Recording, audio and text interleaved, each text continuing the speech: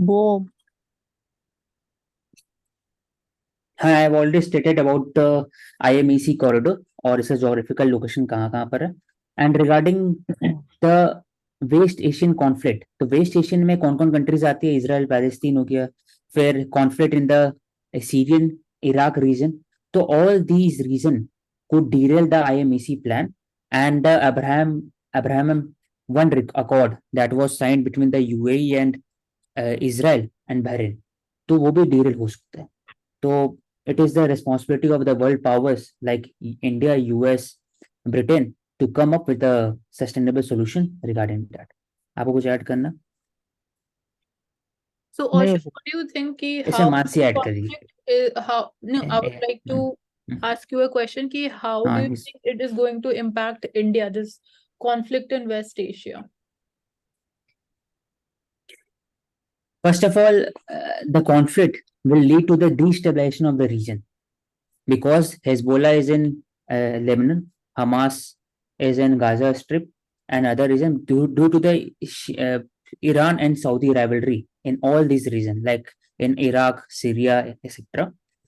तो उससे जो पीस है between the Israel, US, India and Arabic country वो डिस्टेबलाइज हो सकता है, क्योंकि जो Israel Palestine is not only related to the regional issue, it is also link to the religion also. तो उसके कारण इंडिया का जो स्टांस है वो डिस्टेबलाइज हो सकते हैं इन द मिडिल ईस्ट। और इसके अलावा और again we were seeing दूसरा तो हाँ, दूसरा एक हो सकता है कि इंडिया का जो बहुत से लोग अगर काम करते हैं मिडिल ईस्ट में, अगर डिस्टेबलाइज होगा तो वापस आएंगे, तो वो एक अल्टरनेटिव इनकम का भी सोर्स ढूंढना पड़ेगा। एनर्जी सिक्योरिटी का इशू है, तो वो 3-4 एरियाज है जिसमें इंडिया इम्पैक्ट करते हैं। और इसमें we can also talk about कि जो FDI इंडिया में आ रही है from Israel, specifically semiconductor industry में अगर हम बात करें, तो even that is getting impacted. Apart from this, trade would also be definitely directly impacted because this forms an important part of the trade route when we talk about the connectivity to Europe. So that can also get disrupted already when we are seeing key exports or the trade sector is under pressure because of the slowdown in the global demand. ये all areas है। Energy security or crude oil, that is also one of the major concerns.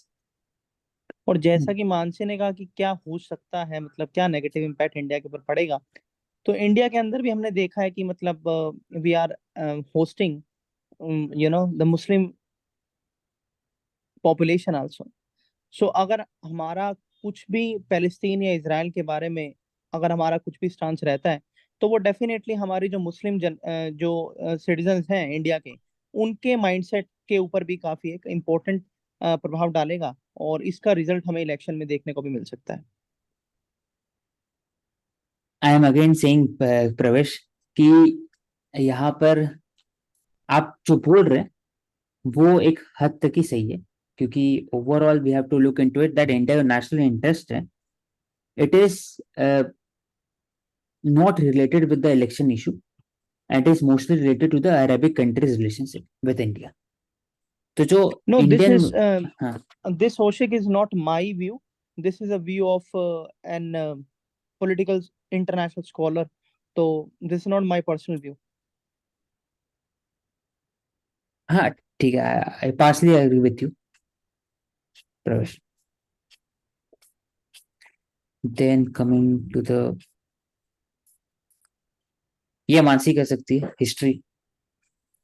Okay, so in the changing landscape of central Delhi lies stories of previous regimes who shaping the meaning of the capital and capturing imagination of the people. So here we see that Delhi was seen as a seat of churn. Delhi as a location, geographical location, इतनी important क्यों हुई? क्या factors थे? That is important. That is one perspective.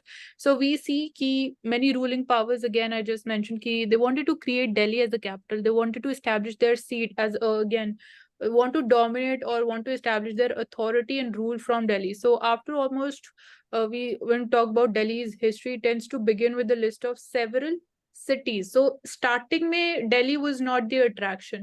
Starting में initially it was the region of Calcutta. So starting from Lal Kot, established in the mid 11th century, and then going through New Delhi, which was founded in 20th century by the Britishers. But behind such, you know, banal, we see bold statements of fact, like there's complex history of how the place came to be invested with this aura of power. So earliest mentions Delhi ko obviously jo term se we used to call it Delhi also, and it is not very ancient, but first came to be applied to a fortified city which was established around 1052. So we have important again cultural sites, heritage sites like Qutub Minar. So it was established as a capital by a king called Anangpal, then who ruled over a fairly modest kingdom back then. Apart from this, then we talk about how this region was urbanized and those initiatives were taken up. We have certain Jain pilgrimage sites here in Delhi, which are known as Yoginipura. So that's how things they kept evolving. And when we talk about the importance as a political center, which again came under focus during the 13th century, so it became capital of a growing empire, that is Delhi Sultanate. So some ideas of how this may have been viewed by those who lived in the city at that particular time, they may be, had from an inscription. So there were again, for us, the sources of information is the inscriptions that we get. Definitely there again at Qutub Minar as well. So we are having, apart from this, there was originally the inscriptions that we find, they're also found in Stepwells, which is located at the Palam. Then apart from this, we are having different important rulers who ruled from Delhi, like Ghiasuddin Balban, who's ruled between 1266 and 1287. So the extent and the influence of his empire is expressed in the hyperbole as encompassing the territories from Afghanistan to Bengal to the far south of the subcontinent. So basically, even जो आज के time में हम दिल्ली का map की भी अगर हम बात करें, so that was also a little different when we talk about the territorial extent of Delhi. So that's how the Delhi as in history, we've seen Jalaluddin Khalji ruling from here. And apart from this, Basically, Mansi, Delhi has been a center of India's geopolitics, yeah, India's internal security, in the center of the capital. तो दिल्ली जो है important part है with regard to Sultanate, फिर Mughals, उसके बाद फिर British India established their part in Kolkata, वहां से ट्रांसफर हुआ 1911 में दिल्ली, और आज तक फिर दिल्ली है. तो बेसिकली जो ये पार्टिकल है, ये it is talking about the journey of Delhi from Kaushik, can you tell me 1100 to reasons- 1947. क्या reasons हैं कि why only Delhi was chosen as this location of capital? Why not any other particular city? Reasons क्या है इसके हाँ. पीछे? हाँ, एक तो है कि जो दिल्ली है, it is just near to the main battle, मतलब बैटल फील्ड, जैसे पानीपत बगल में, और साथ ही साथ जो आगे में हिंदू कुश माउंटेन है, वहां से जब आते थे इन्वेडर आते थे, तो they used to travel a lot and reaching the Haryana Panipat, तो वहां पर लड़ाई होता था मैक्सिमम. तो दिल्ली हो गया. दूसरा रीजन है कि जो वाटर सोर्सेस है, ऐसे इन दिस रीजन है, वहाँ 5 रिवर्स हो गया, फिर गंगा यमुना हो गया, तो उसके बीच में पड़ता है दिल्ली. तो 2 एरिया है जहाँ पे वाटर क्राइसिस नहीं हो सकता है उस समय, आज के नहीं कंपेयर करें उस समय. तो 2 रीजन कारण दिल्ली बीच में था. और जो areas of Delhi, near the areas of Delhi, वो स्टैब्लिश हुआ था क्योंकि वो जस्ट अरावली रेंज के जस्ट ऊपर में लास्ट में है, और साथ ही वहां से गैंजेटिक प्लेन स्टार्ट होता है. तो 3 एरिया के कारण दिल्ली सेंटर पॉइंट है इंडिया का, और बीचों बीच में. हाँ, और हम हिमालयस की भी as a barrier, natural barrier भी बात कर सकते हैं, क्योंकि दिल्ली के ऊपर से फिर हिल स्टेशन स्टार्ट हो जाता है, देहरादून, बाकी सब. फिर तो Delhi is centre point not because of India का सेंटर पॉइंट है, it is also because of geographical location का भी सेंटर पॉइंट है इंडिया में. तो north south east and west का. प्रवेश, आपको कुछ इसमें ऐड करना? हाँ, मतलब मैं श्योरली तो नहीं बोल सकता, बट मेरे हिसाब से 2-3 रीजंस और रहे होंगे. सबसे पहला कि Delhi is the cornerstone of the Aravalli range, number 1. तो हाँ, ये बता दीजिए इसका. हाँ. वो उसमें. हाँ. और जैसा कि आपने बताया कि भाई वाटर सोर्स जो है, तो कम्यूट के लिए, ट्रेड के लिए सीधा बंगाल तक, जो मतलब हमारी जो यमुना रिवर है, ईस्ट वाला भी, वेस्टर्न वाला हाँ, रीजन भी. हाँ. तो और वेस्टर्न रीजन में आपने बताया, और मेरे हिसाब से ये मैंने कहीं पढ़ा है, मैं एग्जैक्टली रिसाइड नहीं कर पा रहा हूँ, कि जो दिल्ली के आसपास के जो रीजन है, वहां पर जिन लोगों की डोमिनेंस थी वो वॉरियर क्लास माने जाते हैं, जो मतलब प्लंडर्स और ये सारी चीजें करते थे।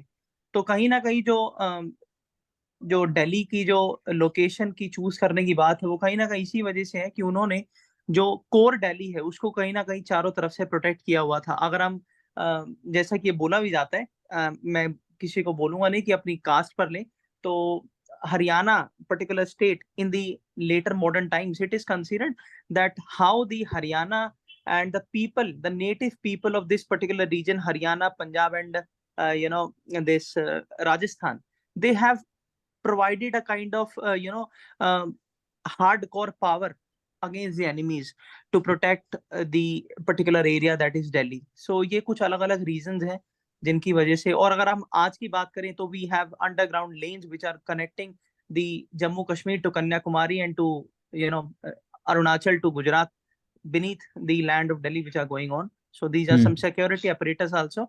So ये कुछ reasons रहे होंगे। मैं इसको शॉर्ट में रीजन ये भी कंक्लूड हो कर सकता है कि हाँ वास्को बोले डी गामा से डिगामा के आने से पहले वाटर वे किसी को पता नहीं था, तो जितने भी इन्वेजन होते थे सारे वेस्ट साइड से लैंड होते फॉर्म थे। होता है। हाँ तो उस चीज को ज्यादा सिक्योर रखना इंपॉर्टेंट था। अगर सारे साउथ की तरफ आते या फिर ईस्ट की तरफ जाते तो वो एरिया सेफ नहीं रहता, वहां पर कोई ना कोई और रूलर स्टेब्लिश हो जाता। तो उस चीज को कंप्लीट रखना जरूरी था, क्योंकि अगर वो एरिया सेफ होगा तभी बाकी के रीजन में भी कंट्रोल रह सकता था। Good point. हाँ, तो सेंट्रल एशियन जो सिल्क रूट है उससे और फिर नॉर्थ ईस्ट का जो इन्वेजन होता था, नॉर्थ वेस्ट से इन्वेजन होता था, उसके लिए। तो मैं कंक्लूड कर दूंगा एकदम शॉर्ट में 30 सेकंड्स में कि पूरा क्या बोल रहा है। पहली बात है, दिल्ली का जो स्टार्टिंग जो फाउंडर थे उनका दिल्ली नाम रखे थे दिल्ली 1052, और उसके बाद फिर सिग्निफिकेंट पार्ट दिल्ली सल्तनत के अंदर में आया, from Balban to Khalji etcetera, वहां से जोड़ लेंगे फिर इसको। वहां से फिर मुगल्स के पीरियड में फ्रॉम बाबर, वो भी दिल्ली पे है, फिर हुमायूं, अकबर, जहांगीर, और फिर जो भी मुगल एम्पायर थे वो दिल्ली में रहे। और 1857 के बाद से न्यू दिल्ली इंपॉर्टेंट हब हो गया, लेकिन ईस्ट इंडिया कंपनी ने वहां पर नहीं स्टैब्लिश किया, वहां स्टैब्लिश किया 1911 में। 1976 में फिर कलकत्ता में जब क्वीन विक्टोरिया ने अज्यूम किया title of empress of India, तभी वो कलकत्ता से ही किया गया था, वो दिल्ली से नहीं किया गया था।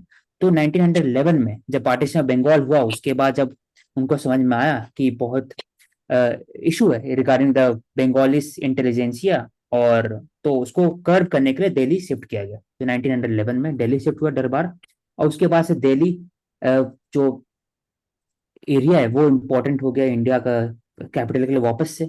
तो सेंट्रल वेस्ट आज बना है, उसके पहले जो पार्लियामेंट हाउस ऐसे बिल्डिंग बना था लिटिन्स दिल्ली में जो बोलते हैं, तो वहां पर सेंटर ऑफ पावर था। तो आज आज बेसिकली सेंट्रल वेस्ट है। कौशिक, तो one fact I want to tell you, please आप बताना कि ये कितना सही हो सकता है।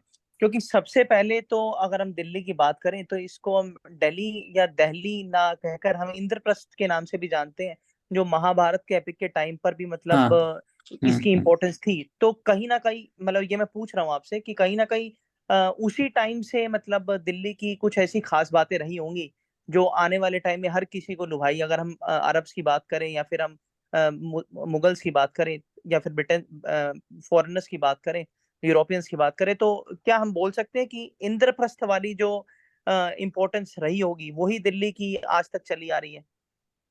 हाँ, बोल सकते हैं, क्योंकि अगर डीकोलोनाइजेशन होना है तो इंद्रप्रस्थ इंपॉर्टेंट है, और पुराना किला जिसको बोलते हैं इंद्रप्रस्थ पुराना किला न्यू दिल्ली, तो वो भी इम्पोर्टेंस है from the age of Mahabharata तक।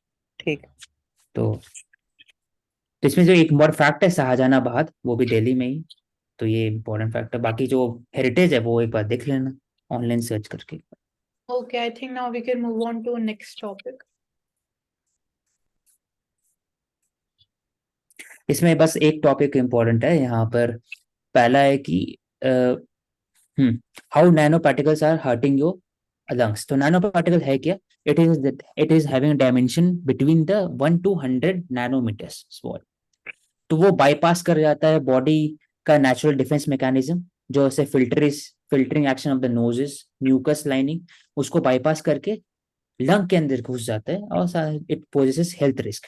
तो ऐसे क्वेश्चन पूछा गया था एक बार 2.5 PM या 10 PM कौन ब्लड के अंदर मिक्स करता है, मतलब जाकर, तो बेसिकली 2.5 PM, तो 2.5 पार्टिकुलर मैटर 2.5 माइक्रोमीटर है ये वाला। तो इसका आंसर 2.5 ही था। तो it enters into the mucous membrane and it enters into the lungs and it mixes with the blood, which causes CVD or COPD, chronic obstructive pulmonary diseases, asthma और जो भी कंडीशन है। तो कैसे इसको रिड्यूस किया जाए? तो एज अ पर्सनल लेवल यहाँ बोला कि PP यूज करिए, और फिर high efficiency particular air filter, HEPA, जो आजकल यूज होता है एयर प्योरीफायर में, वो यूज कर सकते हैं। और जैसे हमने डिस्कस किया था दिल्ली पोल्यूशन के केस में, कि और भी एरियाज जहां पर हम लोग काम कर सकते हैं with regarding to waste to energy, वो लॉन्ग टर्म सोल्यूशन है रिगार्डिंग द पोल्यूशन। तो ये particular matter regarding the nano particles है, और नैनो पार्टिकल्स का काम भी अच्छा होता है। तो इसमें प्रवेश बताएंगे साइंस एंड टेक में कि तो नैनो आई पार्टिकल थिंक कहाँ कहाँ यूज कर सकते या आई थिंक कौशिक मतलब उससे पहले मैं कुछ चीजें शेड करना चाहूंगा कि जहां तक एयर प्यूरिफायर की बात है, so the minimum cost of air purifier is 50,000 rupees the market value. तो ये तो अफोर्डेबल हो ही नहीं सकता, मतलब इंडिया की सोसाइटी की अगर हम बात करें तो। हैं। इसके अलावा जो हम पर्सनल प्रोटेक्टिव इक्विपमेंट्स हैं, वो क्या इक्विपमेंट्स हम लगा के, क्या हर टाइम हम मास्क लगा के रहें घर के अंदर भी? क्योंकि ऐसा नहीं है कि नैनो पार्टिकल सिर्फ घर के बाहर मिलेंगे। आज के टाइम पे घर के हमारे अंदर जो भी। इंडोर पोल्यूशन होता है उससे भी कहीं ना कहीं नैनो पार्टिकल्स आते हैं। तो और हमने देखा है कि ब्रेन डिसीज जैसे कि अल्जाइमर, पार्किंसन, जो कि बहुत क्रॉनिक डिसीजेज मानी जाती हैं, जिनका ट्रीटमेंट भी काफी कॉस्टली होता है, और जो हमारी ट्रीटमेंट फैसिलिटीज है, इंफ्रास्ट्रक्चर है, वो भी पूरा नहीं है। तो इन सारी चीजों का इफेक्ट तो बहुत ज्यादा है, लेकिन कर क्या सकते हैं? तो मेरे हिसाब से, जैसा कि मैंने पहले भी कहा था, कि हम कुछ ऐसी प्लांट स्पीशीज हमारे घर में लगा सकते हैं जो कि बहुत ही मेडिकली और साइंटिफिकली इस चीज को कम करने में, इसका जो इन्फ्लेमेशन है उसको कम करने में मदद कर सकती हैं। Yeah, जैसे कि so हमारे one यहाँ example, हर्बल्स पौधे होते हैं। specific example would be spider plant. Okay, हाँ ठीक। so like we have other plants like we have people, tulsi, so these are the herbal plants. I don't know the scientific name as just mentioned by my companion. तो कुछ इस तरीके की जो हमारी चीजें हैं वो कर सकते हैं। और साथ ही साथ जो हमारा इंडोर पोल्यूशन है या फिर आउटडोर पोल्यूशन है, उसमें सबसे बड़ी चीज ये देखी जाती है कि the society is very much concerned about their particular house cleanliness, but not about the general cleanliness. सब कूड़ा उठा के सब बाहर फेंक देते हैं घर के, कि वो MCD के लोग साफ करेंगे। So that behavioural aspect needs to be understood by the people, ताकि एक कॉपरेशन में इस चीज को, इस चैलेंज को डील किया जाए। हाँ ठीक है। तो मैं ये पूछना चाह रहा हूँ प्रवेश कि नैनो पार्टिकल्स, तो यहाँ तो नेगेटिव टोन में लिखा हुआ है कि नैनो पार्टिकल्स इज हार्मफुल, और इसका यूसेस कहाँ कहाँ पर है, वो बस अगर आप बता दें 2-3 areas. So nanoparticles can be used in medical field, and जो हमारे जो आई थिंक माइक्रोवेव्स या ऐसी ऐसी चीजें, मुझे क्लियरली पता नहीं है, तो मैं ठीक तुक्के ही है, मार रहा हूँ। मैं ऐड कर देता हूँ, अभी देख लेना इसको ऑनलाइन Medical, सर्च करके। medical में I would just add up हाँ। कि it can be used for drug delivery system. So drug हाँ delivery में जैसे, body हाँ। targeted site पे nanoparticles या nanotechnology can help us. और दूसरा कि अगर मान लीजिए बॉडी के अंदर में कैंसर है तो पता चलता नहीं है ना कैसे है। तो nano particle, gold nano particle या सिल्वर नैनो पार्टिकल क्या होता है ना, आप इंजेक्ट करते हैं बॉडी के अंदर में, तो वो जहां पर कैंसरस एलिमेंट है ना वहां पर स्टोर हो जाता है। तो जब आप MRI जब करते हो ना या फिर कुछ और यूज करते हो इक्विपमेंट, तो वहां पर ब्राइटनेस दिखाता है, तो इससे पता लग सकता है। तो नैनो पार्टिकल ड्रग डिलीवरी भी है, आपका जो बॉडी के अंदर मैकेनिज्म जो है उसको और अच्छे तरीके से जांचना है, डायग्नोसिस करना है, तो उसमें इसको यूज किया जाता है। Apart from this, we can तो also use it for in basically nanocarbon fibers as a sustainable हाँ material. फाइबर हो गया। हाँ दूसरा यूरिया में यूज करते हैं नैनो पार्टिकल, नैनो यूरिया जो अभी कॉन्सेप्ट है, Nano तो urea वो नहीं उसमें यूज use करते होता हैं। उसमें. हाँ हाँ। तो that's all for today, thank you. Okay, so basically we'll be taking up Hindi newspapers also, so we're not ending up here. So Oshik, you can just stop sharing and I can share the Hindi newspapers.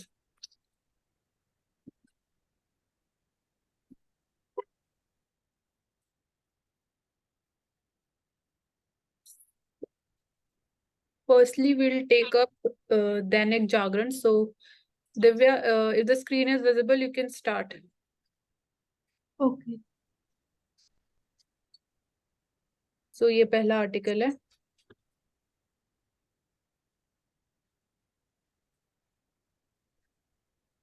नई औद्योगिक नीति के लिए सरकार के जो मौजूदा फायदे हैं या फिर क्या क्या उनमें चेंजेस किए जा सकते हैं, उसके लिए दिल्ली सरकार ने श्वेत पत्र जारी किया है, जिसमें उन्होंने बताया कि आम जनता भी इसमें औद्योगिक विकास के लिए सुझाव दे सकती है और बुनियादी ढांचे के उन्मूलन और शुल्क भुगतान के लिए उसमें आगे आके प्रोत्साहन दे सकती है। जैसे हम कह सकते हैं कि महाराष्ट्र को छोड़कर दिल्ली अन्य सभी राज्यों और केंद्र शासित प्रदेशों की तुलना में अधिक कंपनियों की मेजबानी करता है, पर फिर भी जब हम जीडीपी में उसका हिस्सा देखते हैं तो वो बहुत कम है। तो उसी चीज को सुधार करने के लिए दिल्ली क्षेत्र की सेवाओं में और आईटी क्षेत्र के प्रस्ताव से संबंधित कई अनुमति और प्रस्ताव मंजूर किए गए थे, जिसमें नीति में श्वेत पत्रों में आईटी और आईटीईएस, चिकित्सा संबंधित सेवाएं, उच्च शिक्षा, परिवहन, आधुनिक रात्रिकालीन अर्थव्यवस्था, स्टार्टअप, पर्यटन, आतिथ्य और खुद के थोक कारोबारों के ऊपर फोकस दिया गया था, ताकि स्मॉल स्टार्टअप्स है या फिर जो एमएसएमईज है उनको भी फायदा मिले और उससे जीडीपी के अंदर बढ़ोतरी हो। सरकार के अनुसार मुख्य रूप से उन्मूलन अर्थव्यवस्था होने की वजह से दिल्ली की अर्थव्यवस्था प्रगति बढ़ाने में आईटी और आईटीएस क्षेत्र के महत्व को कमी आका जा सकता है, लेकिन जो सकल घरेलू उत्पादन है, जीडीपी के जो महत्वपूर्ण योगदान है, उसके साथ साथ रोजगार, नवाचार, प्रौद्योगिक एकीकरण की महत्वपूर्ण भूमिकाओं पर भी ध्यान दिया जा सकता है। औद्योगिक विभाग में दिल्ली नवाचार और उद्यमशीलों के विकास की दिशा के लिए इसके ऊपर दिल्ली सरकार द्वारा जो श्वेत पत्र घोषित किया गया है उसके ऊपर विचार किया जा सकता है। फिर उसमें जो सुझाव दिव्या, है ये उनको तो जो न्यूज है ये तो दिल्ली से रिलेटेड है सिर्फ। नहीं, यहाँ से बस एक इम्पॉर्टेंट टेक अवे जो ले सकते हैं हम, ये कि दिल्ली और महाराष्ट्र में जो कंपैरिजन है और कहाँ पे हम लैग कर रहे हैं, तो as an example this can be cited in answers, but थोड़ा कोशिश यही करनी है कि ऑब्जेक्टिवली इसको देखे ब्रॉडर पर्सपेक्टिव से, इतना मतलब रीड नहीं करना है हमने आर्टिकल को, जो आर्टिकल मेन बात बोल रहा है बस वो उठा के उसको डिस्कस कर सकते हैं।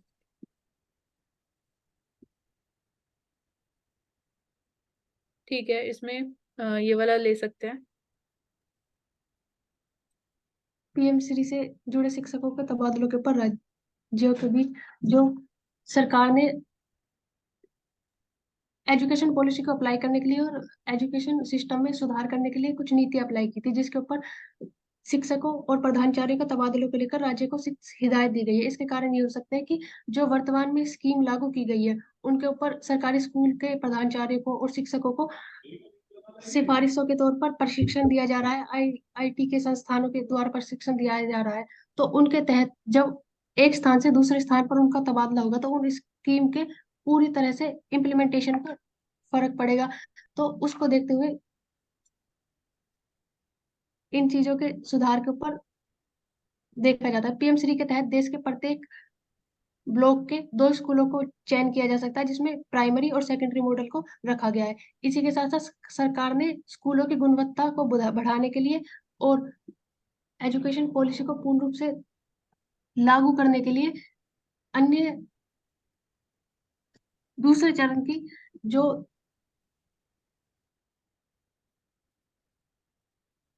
लिस्ट है वो कुछ टाइम के बाद लागू कर दी जाएगी, जिसके ऊपर सरकार ने 2 करोड़ रुपए सभी को ब्लॉकों को देने के लिए कहा गया है। यहाँ पर मानसी इम्पोर्टेंट है पीएम श्री। हाँ, पीएम श्री की स्कीम, जो स्कीम हमारे पास है वो बेसिकली जो PM school for rising India, तो सरकारी स्कूल को चूज किए गए हैं अपग्रेडेशन के काम के लिए, जब तेजी से चल रहा है, तो that is going on. Implementation की हम बात करें, कुछ बॉटलनेक्स जो आ रही है वो इस आर्टिकल में मेंशन है। हाँ, इसमें बस इम्पोर्टेंट है कि पीएम श्री स्कूल जो है, ये पीएम श्री योजना है, इसमें कोई मॉडल स्कूल तैयार करने जा रहा है, मतलब मॉडल स्कूल बनाया जाए ताकि बाकी स्कूल जो इंडिया भर में है उसको वो कैसे रिफॉर्म हो, कैसे वो अपने अंदर में चेंज ला सके, उसके लिए पीएम श्री है। हाँ, तो ये बेसिकली मॉडल स्कूल बनाने सरकारी के लिए। स्कूल, हाँ, जो सरकारी हाँ, स्कूल है उसमें सरकारी स्कूल। कैसे एनरोलमेंट रेट और उसको सस्टेन करना एक हमारे लिए चैलेंज है। तो उसमें अगेन जो हमारी इवन टीचिंग पेडागोगी भी है, उसमें हम टेक्नोलॉजी एक इम्पॉर्टेंट पार्ट हो सकता है। एंड डेंसिटी ऑफ स्कूल्स एक इम्पॉर्टेंट रोल प्ले करता है, बिकॉज वो कहीं ना कहीं जब हम गर्ल चाइल्ड की स्कूलिंग की बात करते हैं तो वो एक इम्पॉर्टेंट फैक्टर रहता है। And availability of train teachers, तो train teachers and even the number of teachers, because teachers की भी वैकेंसी में एक प्रॉब्लम है। So teacher to student ratio एक मेंटेन करना, adequate amount of ratio, that is important. और ये सो आर्टिकल में आई ये कहना थिंक चाह रहा है कि मेरा ये ट्रांसफर इसमें जल्दी हो एक जाता है, तो ट्रांसफर से बचे बेसिकली, हम्म। ताकि मे, हर टीचर को एक बच्चे के साथ रिलेशनशिप है वो कारगर रहे और लंबे समय तक बच्चे को पढ़ा सके। इसके लिए मुझे लगता है ये आर्टिकल बताया गया और कि इवन आप बचे अटेंडेंस ऑफ टीचर्स के लिए भी we can have again biometric systems. तो इसमें मैं दो चीजें बोलूंगा उशिक। एक तो तुम्हारे वाला पॉइंट जो तबादले वाली बात है, तो यहाँ पर जो तबादले के नियम है वो इस तरीके से होते हैं कि आपको 3 साल मिनिमम एक स्कूल अलॉट होता है, तो आपको काफी समय मिलता है। मतलब 3 साल के जो बच्चे होते हैं उनके साथ अच्छे से अपनी पीडागोगी इंटरेक्ट करने का। तो मेरे हिसाब से ज्यादा वो प्रॉब्लम नहीं है। जैसा कि मानसी ने कहा कि भाई एनरोलमेंट रेशियो को बढ़ाया जाए, अलग अलग तरीके से किया जा सकता है कि हम कंपटीशन करवा सकते हैं प्राइवेट और गवर्नमेंट स्कूल्स के बीच में अलग अलग टाइम पे। उसके बाद बायोमेट्रिक की बात जैसे मानसी ने की, तो इसी के साथ मैं एक बात कहूंगा कि हमें दिल्ली स्कूल मॉडल जो है उसको कहीं ना कहीं पीडागोगी स्पेसिफिकली उसमें कहीं ना कहीं हमें ऑल इंडिया लेवल पे उसको इम्प्लीमेंट करना चाहिए। जब हमारे यहाँ 50% टीचर जो है दिल्ली गवर्नमेंट के both at the primary and the secondary level, they are going to countries like Finland, Norway to learn the happy curriculum model. तो जिस तरीके से वो बच्चों को एक इनोवेटिव हाँ। और एंटरप्रेन्योर नॉलेज की तरफ बढ़ा सकते हैं रादर की जॉब सीकर की तरफ। तो ये कुछ अच्छे स्टेप्स हैं जो पीएम श्री योजना जो है उसके अंदर इंक्लूड करें और होंगे ही, लेकिन उनका यूनिवर्सलाइजेशन करना एक थोड़ा इम्पोर्टेंट चीज है मेरे हिसाब से। एक भी हाँ। जो बेसिक फैक्टर हम हमेशा मिस कर देते हैं, इसको इतना इम्पोर्टेंस नहीं देते, वो है इंफ्रास्ट्रक्चर। मतलब ये जो पिक्चर हम देख रहे हैं सामने, एक ये modern type of like well equipped classroom दिख रहा है, बट ऑफन जो हमारी पिक्चर एसोसिएटेड, जो माइंड में हमारी एक इमेज है रिगार्डिंग दी सरकारी स्कूल, वो काफी लाइक डिलैपिडेटेड और टूटा फूटा काइंड ऑफ इंफ्रास्ट्रक्चर। ये तो वो भी कहीं ना कहीं एक बैरियर रहता है जब हम बात करते हैं इवन कि कितने स्टूडेंट्स आ रहे हैं स्कूल में। सो ये भी एक तो इम्पोर्टेंट। इसमें मानसी मैं एक चीज आपको आपकी बात में ऐड करना चाहूंगा कि अगर हम देखें कॉन्वेंट स्कूल्स जो प्राइवेट स्कूल्स माने जाते हैं या फिर बोर्डिंग स्कूल जो प्राइवेट के हैं, उनमें अगर आप देखें और आप केंद्रीय विद्यालय या फिर राजकीय विद्यालय या फिर आपके प्रतिभा विद्यालय, आप ये देखेंगे कि दोनों के ही अंदर जो लेवल ऑफ एजुकेशन प्रोवाइड किया जा रहा है, जो लेवल ऑफ इंफ्रास्ट्रक्चर है, वो 9-10 ही है, वो 5 या 10 का रेशो नहीं है उसमें। दिक्कत कहाँ आ रही है, जो स्टेट गवर्नमेंट्स के या फिर म्यूनिसिपैलिटीज लेड जो हमारे प्राइमरी या सेकेंडरी स्कूल्स हैं, उनका जो इंफ्रास्ट्रक्चर है, अगर हम बिल्डिंग्स की बात करें, इक्विपमेंट्स की बात करें या फिर डेस्क फैसिलिटी की बात करें, जैसे कि हमने की भी थी कि आधे स्कूल्स में डेस्क ही नहीं होते बिहार जैसे स्टेट में, बिहार के तो स्कूल। कहीं ना कहीं स्टेट गवर्नमेंट की पॉलिटिकल विल जो है उसको कहीं ना कहीं आगे लाने की जरूरत है। और इसमें सेंट्रल गवर्नमेंट का बहुत एक्टिव पार्टिसिपेशन हम देखते हैं, specially in the education sector. तो ये सारी चीजें हैं जिन पे ध्यान देने की जरूरत है। I think we can move forward.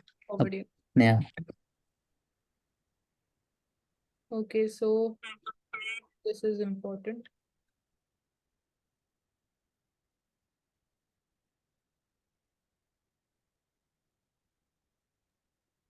Divya बोलो।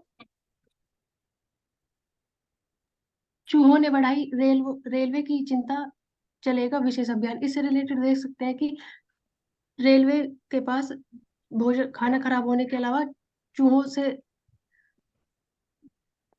जो नुकसान पहुंचा रहे हैं उसके लिए भी उन्हें कुछ करना पड़ेगा। जैसे कि चूहों के द्वारा ट्रैक को नुकसान पहुंचाया जा सकता है। ट्रैक की जो पटरियों के नीचे बिल बनाए गए हैं उनसे ट्रैक की पटरियों को नुकसान होगा और दुर्घटनाओं की आशंका बढ़ जाती है। इसी के साथ साथ सिग्नल की जो तार है वो कट कर सकते हैं, जिसकी वजह से परिचालक को सिग्नल ना मिलने के कारण दुर्घटना हो सकती है।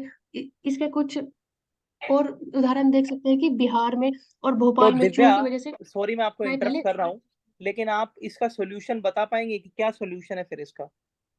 इसका सॉल्यूशन ये है कि इस चीज को कंट्रोल करने के लिए या तो ये देखा जाए कि चूहों को से अगर हम पेट्स पेस्टिसाइड्स वगैरह का यूज करते हैं तो उनकी एक लिमिटेड वो देख सकते हैं कि उनमें केमिकल कितना यूज किया गया है, क्योंकि उसके साथ साथ और जो इंसेक्ट है या फिर चूहों के अलावा और जो जीव वहां पर प्रेजेंट है उनको भी नुकसान हो सकता है, उसके साथ एनवायरनमेंट को भी हो सकता है। तो एक चीज ये देख सकते हैं कि पेस्टिसाइड्स का यूज करें पर उनमें केमिकल की कितनी क्वांटिटी यूज की गई है उसका ध्यान रखा जाए, या फिर जो वायर्स है या जो उनसे रिलेटेड है उनको किसी स्टील में या फिर कुछ इस टाइप के मेटल का यूज किया जा सकता है, उनके थ्रू कवर किया जा सकता है। पटरियों के नीचे इनको रिमूव करने के अलावा मेरे को नहीं लगता और कोई सॉल्यूशन है, क्योंकि अगर वो पटरियों के नीचे घुसकर बिल बना रहे हैं तो पटरियां लूज होंगी तो उससे रेल के एक्सीडेंट की प्रवेश, चांसेस ज्यादा बढ़ जाएगी, तो हाँ उन्हें उसे हटाना ही पड़ेगा। इसमें ना मतलब मैं दो चीज ऐड करूंगा, बाकी फिर आगे बढ़ सकते हैं इसको। एक तो है कि आप बिल्ली रख सकते हैं, अगर वो अगर छोटा नहीं, बिल्ली रखा है तुमने अपना जमशेदपुर में, बिल्ली है, बहुत सारी बिल्ली है, अच्छा, मतलब कि पकड़ने के लिए, ये चूहा का इशू ट्रेन में बिल्ली रखना कितना नहीं। आप स्टेशन स्टेशन स्टेशन ट्रैक्स पे कह रहा है स्टे, उचित लेकिन मानसी। वो स्टेशन रेलवे की स्टेशन चिंता। अच्छा, स्टेशन में भी है स्टेशन में भी, बट वो हाँ। ट्रेन में भी आगे स्प्रेड हो सकता है ना, तो फूड क्वालिटी के ऊपर भी और इम्पैक्ट। दूसरा कि जो पॉइजन होता है, सिंपल जो पॉइजन रखते हैं कि चूहा खा के जो मर जाते हैं, तो वो बस, और तो नहीं। तो मैं सिर्फ इसमें दो चीजें बोलूंगा कि ये जो चूहे की प्रॉब्लम है ये नई नहीं है, ये बहुत पुरानी है। तो हमारे यहाँ जो रेलवे ट्रैक्स होते हैं उनमें चूहों से इतनी बड़ी दिक्कत नहीं होती है। मुझे पता नहीं मतलब किस तरीके का अ, चलिए छोड़िए इस बारे में तो क्या बात करनी, लेकिन ये यहाँ पे हमारे यहाँ रूटीन मेंशन भी है हमारे यहाँ रूटीन लेकिन तक। हमारे यहाँ रूटीन ट्रैक्स चेकिंग होती है बाय द रेलवे अथॉरिटी, जिसमें इस तरीके की चीजों को कम किया जाता है। क्योंकि अगर आप इस तरीके से चूहों को पकड़ने जाएंगे तो it is a very challenging task. आप स्टेशन पे प्लेटफॉर्म पे करेंगे, ट्रैक्स हैं 100 किलोमीटर के, आप कैसे करेंगे? आप चूहे पकड़ेंगे ट्रेन को चलने के लिए, उसको सिग्नल की ये चीजें देखेंगे, तो it's a very highly challenging task. तो जो चीज हम कर सकते हैं उससे ये कि जो मानसी ने बहुत अच्छा पॉइंट रेस किया कि जो हमारी कैंटीन होती है या फिर हमारा जो फूड फैसिलिटीज होती है ट्रेन के अंदर, आप वहां पर ये इंश्योर कीजिए कि इस तरीके की चीजें ना आए। पेस्ट कंट्रोल मैकेनिज्म हमारे यहाँ पर है, उनका यूज कीजिए। और जितने भी हमारी फूड क्वालिटीज है उनकी प्रॉपर चेकिंग कीजिए। प्रॉपर क्लीनलीनेस अगर रहेगी तो चूहे आएंगे ही नहीं, सबसे पहली बात।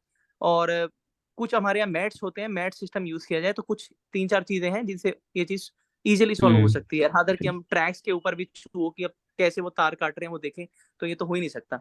नहीं हो सकता, हाँ। एक इस तो तरह मतलब आगे बढ़ से कि सकते हैं। स्टेशन, रेलवे स्टेशन पे पेस्ट कंट्रोल, वो एक मतलब डायरेक्ट इम्पैक्ट पीरियोडिकली उसको करना, वो कंट्रोल कर सकते हैं इस प्रॉब्लम को।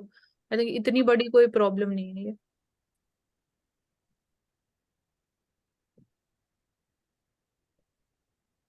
ओके, सो दिव्या, यहाँ से कोई एडिटोरियल इम्पोर्टेंट नहीं है?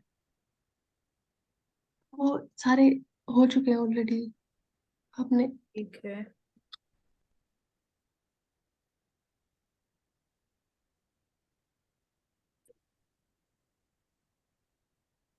सो नेक्स्ट न्यूज़पेपर पे मूव करते हैं मेरे मानसी एक मिनट नीचे करना, आप ऊपर एक एडिटोरियल रहेगा रामचरितमानस वाला होगा, आप नीचे करना थोड़ा। साथ। एक मिनट, एडिटोरियल पेज पे ही है। नहीं, इससे नेक्स्ट पेज।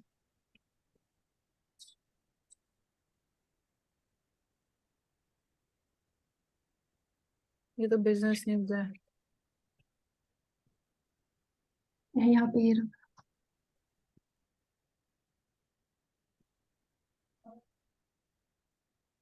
किधर है? ये मानसी आपने छोड़ दिया, मानस में मानस लिखा हुआ है वहां पर।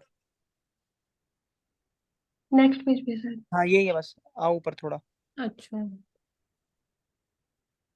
रहा। मूवी के ऊपर है, बुक है। मानस में सौंदर्य बोध की परख। इन दिनों में रामलीला आयोजन किया जा रहा है, विजयदशमी इसमें पर। विद्या, आपका तो इसमें हिंदी लिटरेचर है ना? हाँ, हाँ, तो आप इसको बस शॉर्ट में बता दो, 3-4 लाइन में, कि क्या बोलना चाह रहे हैं, ताकि हम लोग समझ सके रामचरितमानस बस। क्यों इम्पोर्टेंट है, इसमें क्या इम्पोर्टेंट चीजें हैं? हाँ, कैसे वो मानस में हेल्प रामचरित कर रहे हो, सौंदर्य बोध में। रामचरितमानस की रचना तुलसीदास जी ने की थी, जिसको अवधी भाषा में लिखा गया था। उसकी सौंदर्य बोध यह है कि अवधि में तत्सम के शब्दों को अवधीकरण करके लिखा गया है, जिसमें उन्होंने प्रकृति के साथ, मनुष्य के साथ और नदी झरनों सबके साथ पूर्ण रूप से जोड़कर दिखाया है, जिसकी वजह से वो आम मानस के साथ साथ जो पंडित है या फिर जो संस्कृत के वैज्ञानिक शास्त्री हैं उनके साथ भी संबंध कर पाता है, जहाँ आम भगवान राम को एक इंसान की तरह प्रस्तुत किया गया है, जो कि अपनी पत्नी के अपहरण होने पर रोते हुए भी दिखाए गए हैं, और प्राकृत के साथ उस समय पेड़ से या मिलने वाले जीव जंतुओं से बात करते हुए दिखाए गए हैं। तो इस समय पता चलता है कि किस तरह से उन्होंने भगवान राम को भगवान राम न रहकर आम लोगों के, जनता के सामने उनकी भाषा में उनके राम या फिर राम राज्य, जिसकी गांधी जी भी बात करते हैं, उनकी तरह से प्रस्तुत किया है। यही एक कारण था जिसके कारण रामचरितमानस अवधि बोली या उपभाषा या भाषा तक सीमित न रहकर विश्व स्तर पर 15वीं-16वीं शताब्दी का महाकाव्य होने के बावजूद भी आज भी सर्वोच्च साहित्य में सम्मिलित है। इसका मतलब बेसिकली जो कॉन्सेप्ट ऑफ सस्टेनेबिलिटी है ना मानसी, सस्टेनेबिलिटी या healthy life of nature centric policy, उसमें हाँ। रामचरितमानस से हेल्प कर सकता है, तो वो बताना चाह रहे। तो ये न्यूज़पेपर तो डन हो चुका है।